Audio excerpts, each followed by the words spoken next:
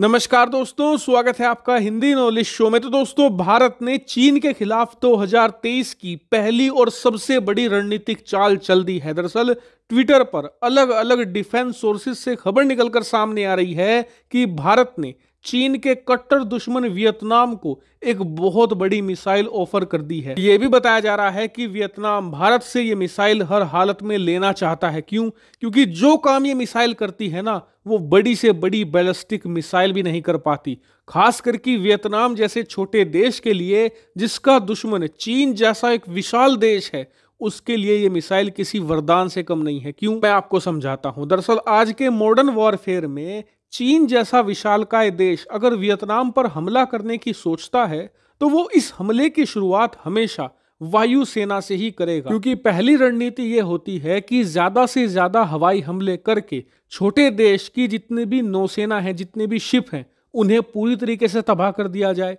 थल सेना के जितनी भी बड़ी छावनियां हैं, कैंटोनमेंट है या उनके हेडक्वार्टर्स हैं, सबको नष्ट कर दिया जाए हवाई हमले में। इससे होगा ये कि वो छोटा देश इतना ज्यादा कमजोर पड़ जाएगा कि जब बड़े देश की थल सेना उसके छोटे देश में घुसेगी तो वो ज्यादा विरोध कर ही नहीं पाएगा और अंत में युद्ध हार जाएगा। इस तरह की आज के मॉडर्न वारफेयर में रणनीति होती है। लेकिन जिस तरीके से बीमारी का इलाज होता है, ठीक उसी तरीके से हर रणनीति की एक काट भी होती है। इसकी भी एक काट मौजूद है एंटी एयरफील्ड वेपन के तौर पर। दरअसल भारतीय डीआरडीओ ने 2021 में स्मार्ट एंटी एयरफील्ड वेपन, यानी जिसे हम सो के नाम से जानते हैं, उसे बनाकर तैयार कर लिया है। और इस हथियार की खासियत यह है कि यह दुश्मन की वायुसेना को हिलने का मौका भी नहीं देता। किस तरीके से?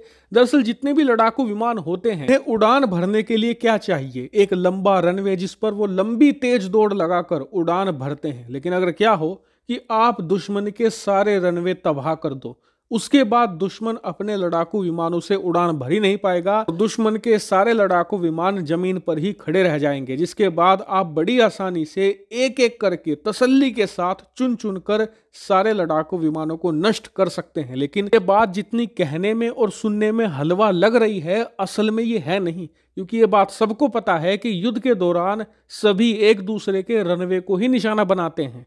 इसीलिए आज की तारीख में जितने भी बड़े और ताकतवर देश हैं, बहुत ही एडवांस टेक्नोलॉजी के साथ मिलिट्री ग्रेड रनवे तैयार करते हैं, जिन्हें नष्ट कर पाना हद से ज्यादा मुश्किल होता है। और इसीलिए भारत ने एंटी एयरफील्ड वेपन से बहुत ही ज्यादा एडवांस और lethal smart anti airfield weapon missile तैयार करी है। और इस मिसाइल की खास बात यह है कि ये दुनिया में मौजूद हर तरीके के रनवे को नष्ट कर सकती है। यहां तक कई बार दुश्मन अपने लड़ाकू विमानों को खुले में नहीं खड़ा करते, वो हैंगर के अंदर खड़ा करते हैं छुपाकर। ये उस हैंगर को भेद कर उन लड़ाकू विमानों को भी नष्ट कर सकती है। इतना ही नहीं, जो बहुत ही ज्यादा हैवी कंक्रीट के साथ बंकर बनाए जाते हैं, ये उन बंकर को चीर कर दुश्मन पर फिर भी अटैक कर सकती है। इससे आप अंदाजा लगा सकते हैं कि ये कितनी ज्यादा सॉलिड मिसाइल है। और इसीलिए वियतनाम इसे भारत से चाहता है, क्योंकि उसके पास इस तरीके का कोई भी चीज मौजूद नहीं है। और सबसे अच्छी बात यह है, इस मिसाइल को सिर्फ सुखोई 30 लड़ाकू विमान से ही फायर किया जाता है। और वियतनाम के पास वो सुखोई 30 लड़ाकू विमान काफी पहले से मौजूद है। यानी कि अगर वियतनाम इसे भारत से खरीदता है तो ये मिसाइल वियतनाम के लिए रेडी टू गो होगी। बिल्कुल इसे कभी भी वो इस्तेमाल कर सकता है। कोई टेस्टिंग नहीं करनी, किसी प्रकार का मॉडिफिकेशन नहीं करना, बस लगाओ मिसाइल को और इस्तेमाल करना शुरू कर दो। ताकि आपका सवाल होगा कि भारत इस तरह की एडवांस मिसाइल वियतनाम को दे रहा है, क्या ये सही होगा? तो देखिए, इसके दो बड़े कारण हैं। पहला ये कि जब हम इस मिसाइल को बेचेंगे ना, तो इससे हमें कमाई होगी। उस कमाई से हम अपनी इस मिसाइल को और ज्यादा एडवांस और लीथल बनाएंगे।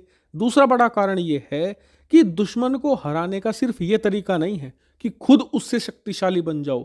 एक तरीका ये भी है कि दुश्मन के दुश्मन को मजबूत बना दो। इसीलिए बताया जा रहा है कि इतनी ज्यादा नई और एडवांस होने के बावजूद भारत इस मिसाइल को वियतनाम को ऑफर कर रहा है। हालांकि इस पर आपका ओपिनियन अलग हो सकता है, आप कमेंट में जरूर बताइएगा। फिलहाल इस वीडियो में इतना ही। Thank you very much for watching video.